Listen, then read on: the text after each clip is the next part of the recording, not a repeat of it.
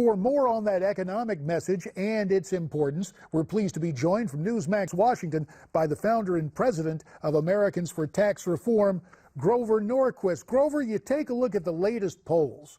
Hillary is losing ground, Donald Trump gaining ground to the point where, according to the latest Fox News poll, in a head-to-head debate, Mr. Trump is 1 point ahead. Do you think, as people hear him concentrate more on the economy in the days ahead, his lead will grow?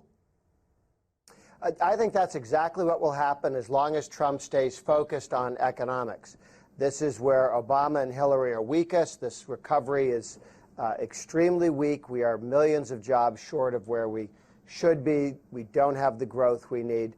And Hillary will give us more than $1 trillion in tax increases. That's her threat or promise. Exactly what Obama did. She wants to do more stimulus spending. All the things that didn't work for Obama, she wants to do again. What Trump is doing are all the things that worked for Ronald Reagan. So we really have a classic division between more big government, do things the way we've always done them, that we know doesn't work, Hillary and Obama, and Trump and Reagan saying, let's take rates down, let's reduce taxes, let's have less regulation on the economy, let's create real jobs. And we've seen that when Reagan ran against Carter and when Reagan ran against Mondale. So we know how these elections work out.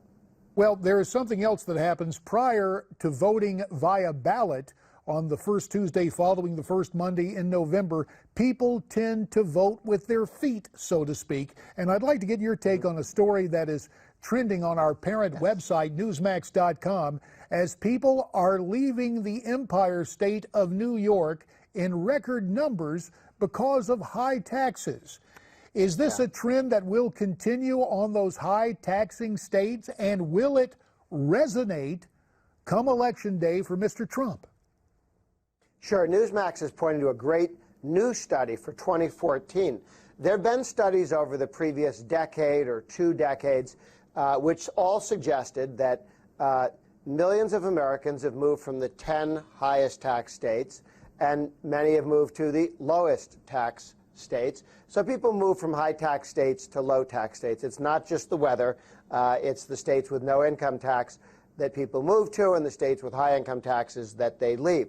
This new study looks at 2014, recent numbers, and 126,000 people in 1 year left New York into other states. And we saw Illinois and California, the other 2 big loser states. People moved to Texas. People moved to Florida.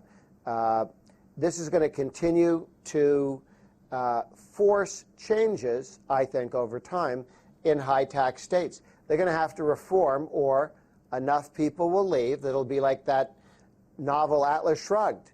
If the people who are paying the taxes leave the state, what are you going to create a welfare state with? Or I guess we could change the line from Field of Dreams: if you cut taxes, they will come. Now, there is something interesting. Yes. Still a big crowd in New York, and they showed up to hear Donald Trump speak to the Economic Club of New York on Thursday. Yeah. Let's listen to some of his remarks, then get your reaction. This growth means that our jobs and plans, including our child care reforms that Ivanka Trump, my daughter, is so involved in, will be completely, I like her too, I agree, will be completely paid for in combination with proposed budget savings. It will be deficit neutral. If we reach 4% growth, it will reduce the deficit. It will be accomplished through a complete overhaul of our tax, regulatory, energy, and trade policies.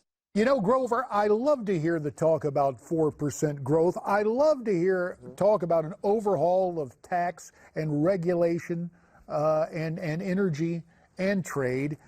But a lot of us who are conservative are more than just a bit skeptical about this whole earned income tax credit for child care. Is there a conservative case to be made for what Mr. Trump and his daughter proposed the other night in Pennsylvania?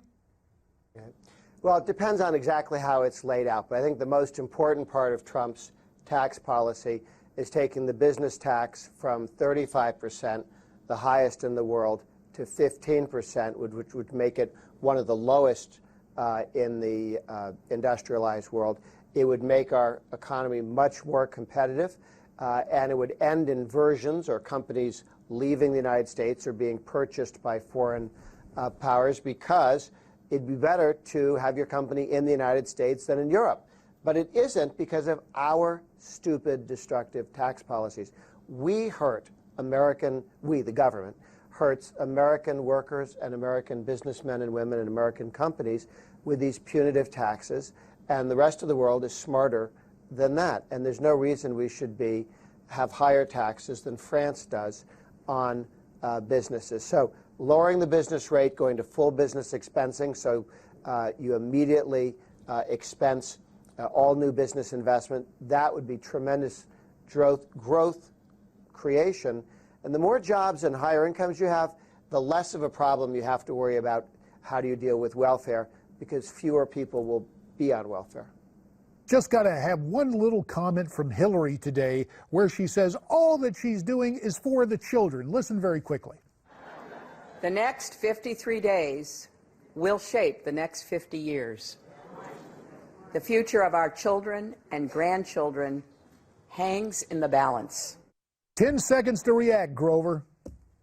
For the children is a sick joke coming from Hillary Clinton, who's done more to put more debt and unfunded liabilities on our children and children's children than most other politicians combined. We will have to leave it there. Grover Norquist tonight from Newsmax Washington. Grover, thanks very much for your time. Thanks, JD. This new Trump economic plan has the potential to be so important over the next 54 days that we're going to take a second bite at the apple, as it were. We will be calling on one of Ronald Reagan's former advisors and CNBC commentator Larry Kudlow a bit later in this program. Larry has written a new book talking not only about Ronald Reagan, but also about John F. Kennedy, and perhaps more importantly, John F. Kennedy's Republican Treasury Secretary, who arguably was the first supply-sider. That and how it relates to the Trump economic plan when we continue this program. But up next, something really going on of great interest in the Show Me state. An override of a gubernatorial veto, now making it legal to carry a concealed gun in Missouri without a permit. How big a victory is this for advocates of the Second Amendment? We'll talk about it with Amy Kramer and Pete Hoekstra as we continue.